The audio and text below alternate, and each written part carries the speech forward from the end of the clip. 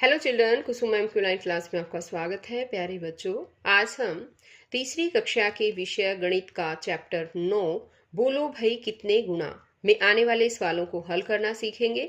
सभी बच्चे वीडियो को शुरू से लेकर अंत तक पूरी देखें ताकि आपको इस चैप्टर में जो भी गुणा करने के तरीके सिखाए गए हैं वो तरीके अच्छी तरह से समझ आ सके और आप गुणा करने में माहिर हो जाएं। एक और बात, अगर आप अभी तक चैनल पर नए हैं तो मेरे चैनल ऑनलाइन स्टडी हब को सब्सक्राइब भी कर लें, साथ में दिए बेल आइकन को जरूर प्रेस कर लें। तो देखिए बच्चों, आज हम शुरुआत करेंगे यहाँ से। पेज नंबर है ये हमारा 136 यानी 136 से। पहले अंदाजा लगाओ फिर गुणा करो। अब यहाँ देखो दे रखा है, एक फूल की 5 पंखुड़ियां हैं। फूलों के एक गुच्छे में 13 फूल है।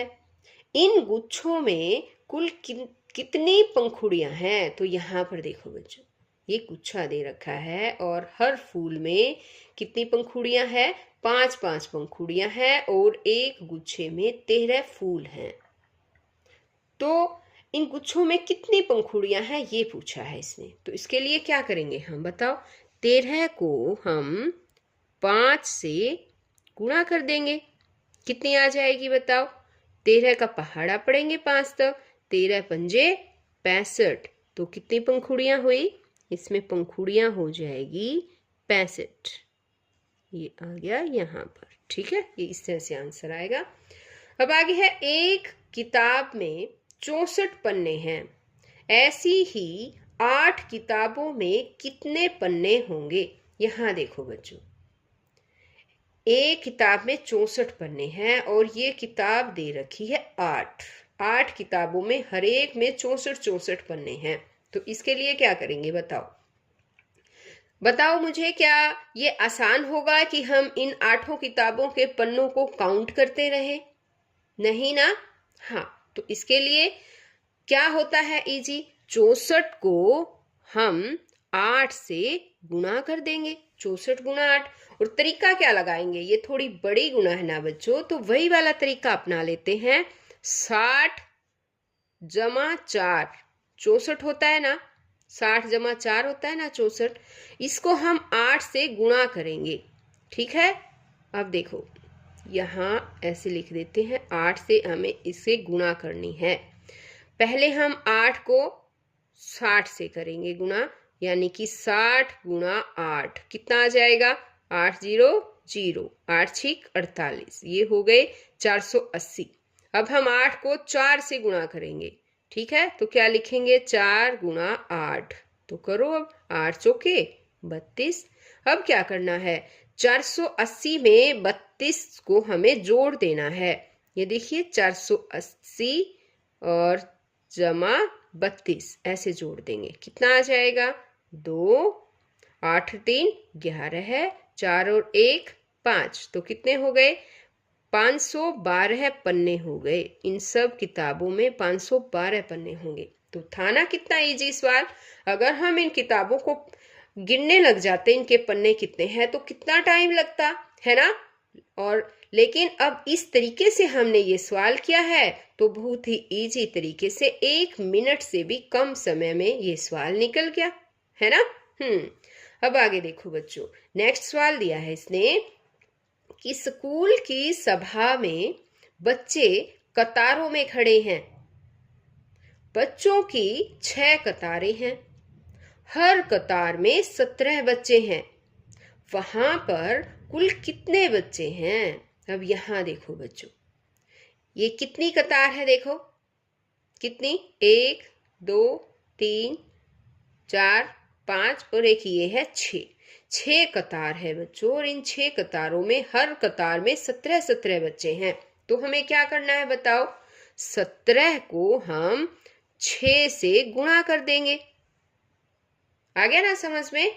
अब 17 को 6 से गुणा करेंगे, जो भी आंसर आएगा वो आपको यहाँ पर लिखना है। ये सवाल आपको खुद करना है। अगर आपको 17 का पहाड़ा आता है तो आप सीधा भी कर सकते हैं, 17 छिक्के, ठीक है। अगर पहाड़ा नहीं आता है तो जो मैंने बताया था ना, 17 को 2 भागों में डिवाइड कर लेते हैं, 10 7 17। इसको फिर हमें 6 से गुणा करेंगे, वही तरीका मैंने बताया था। 10 को 6 से, 7 को भी 6 से, दोनों को जोड़ देंगे। तो ये सवाल आपको खुद करना है बच्चों, वो आपकी मर्जी है कि कौन सा तरीका अपनाएंगे। पहाड़ा आता है तो सीधा 17 का पहाड़ा 6 तक पढ़िए, नहीं आता है तो इस तरह से भी सवाल हल कर सकते हैं आप। अब आगे देखिए, आगे है एक डिजाइन में 3 फूल हैं। कपड़े के एक टुकड़े में ऐसे 17 डिजाइन हैं। उस कपड़े पर कुल कितने फूल बने होंगे? अब यहां देखो, ये देखिए एक डिजाइन में 3 फूल है ना, और इस टुकड़े के ऊपर ये टोटल 17 डिजाइन है।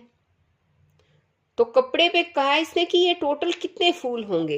अगर हम इनको काउंट करेंगे बच्चों तो काफी समय लगेगा, लेकिन इसके लिए इजी तरीका मैंने आपको बताया ही है। क्या करेंगे बताओ? हाँ, मैं नहीं बताती, बताओ क्या करेंगे। 17 को 3 से गुणा कर देंगे। हाँ, वेरी गुड, 17 को 3 से गुणा कर देंगे। 17 तिये 51, और झट से हमारा आंसर आ जाएगा 51 फूल। ये टोटल 51 फूल होंगे। और सभी बच्चे इनको काउंट करके भी देखना 51 है या नहीं है। और फिर साथ में ये भी देखना कि आपने काउंट करने में टाइम लगाया या इस तरह से सवाल हल करने में टाइम लगेगा। किसमें ज्यादा लगेगा बताओ?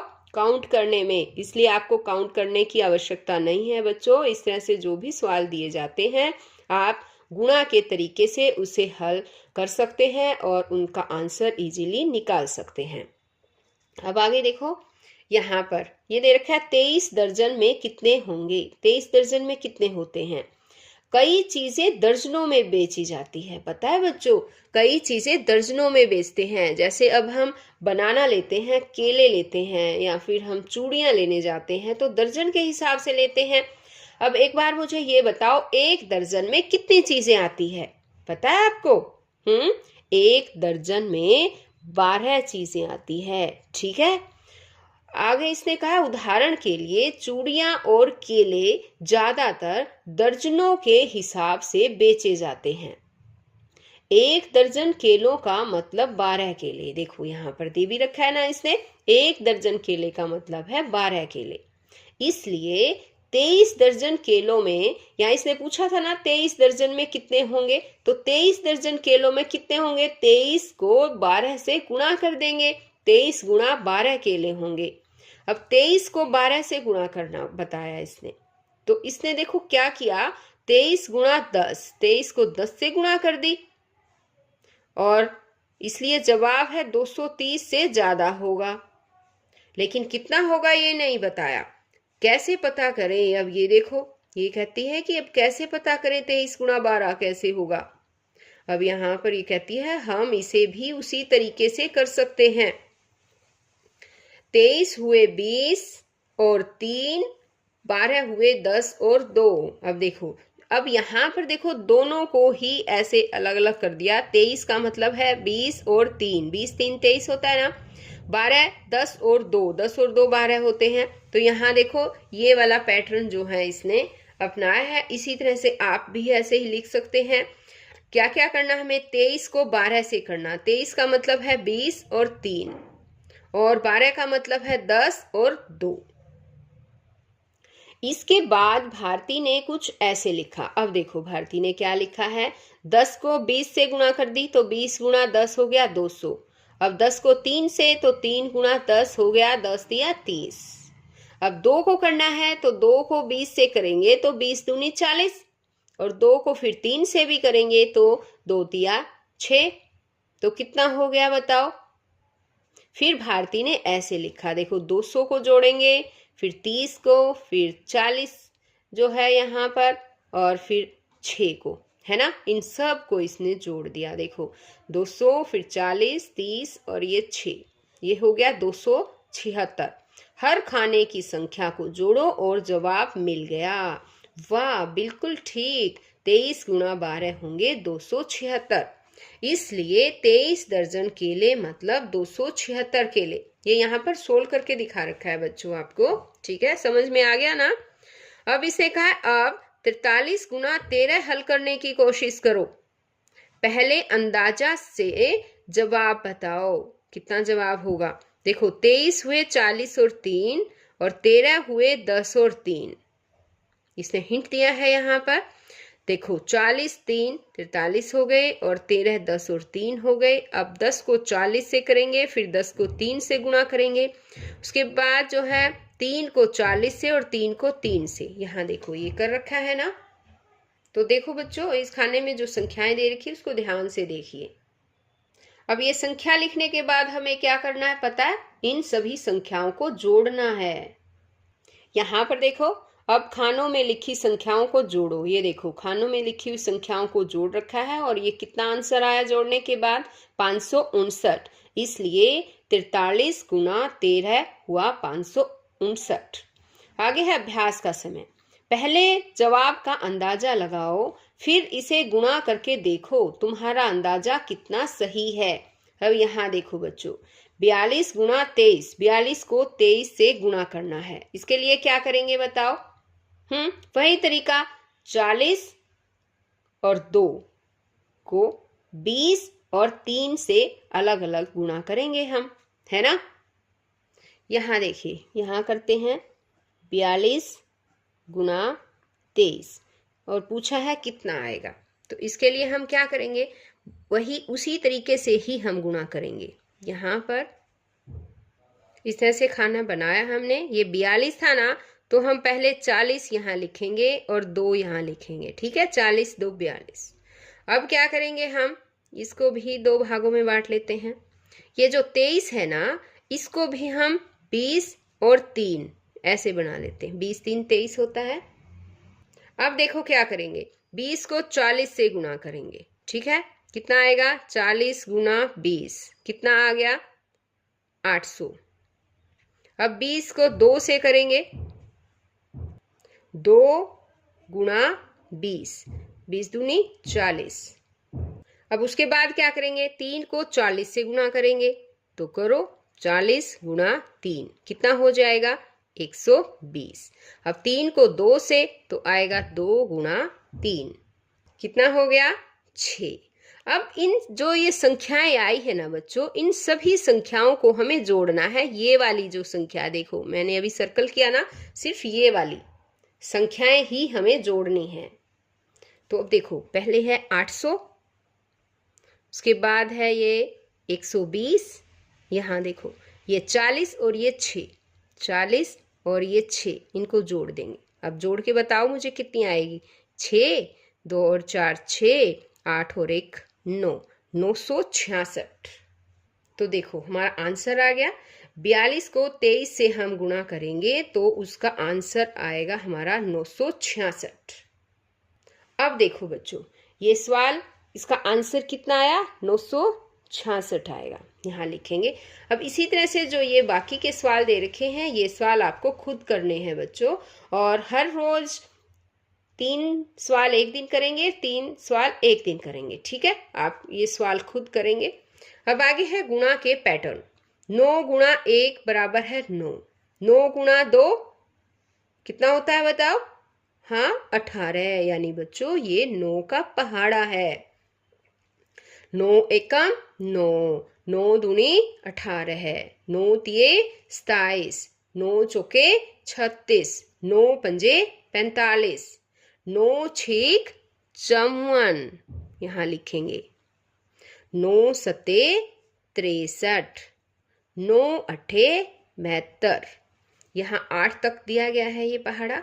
अब यहाँ पर देखो एक बार साइड में क्या दे रखा है कि 8 में 1 जोड़ दिया 9 हो गया, यानी इसने कहा है 1 जमा 8 9, 2 जमा 7 9, 3 में 6 जोड़ दिया तो भी 9, 4 में 5 जोड़ दिया तो आएगा 9।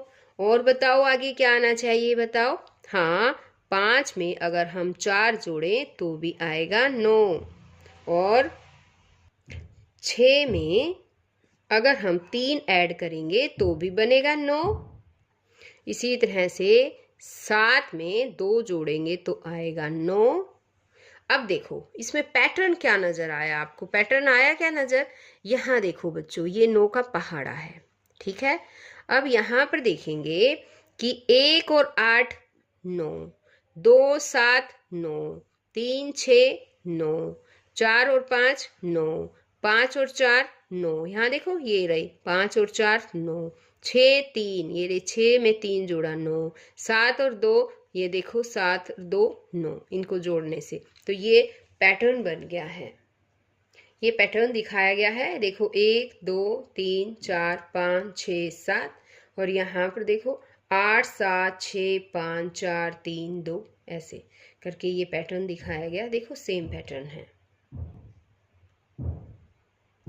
अब आगे इसने कहा है, क्या तुम 9 के पहाड़े में ये पैटर्न पहचान पाए? किन किन संख्याओं का जोड़ 9 है? पहचान पाए? अभी मैंने बताया भी है।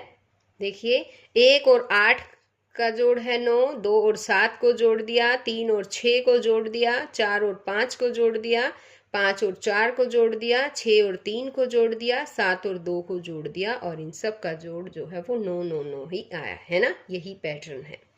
तो बच्चों आज इस वीडियो में केवल इतना ही। नेक्स्ट वीडियो में मैं आपको एक पार्ट और बनेगा, इसका एक वीडियो और बनेगी, तो वो समझाऊंगी। तो हम फिर मिलेंगे नए सवालों के साथ। तब तक के लिए बाय बच्चों।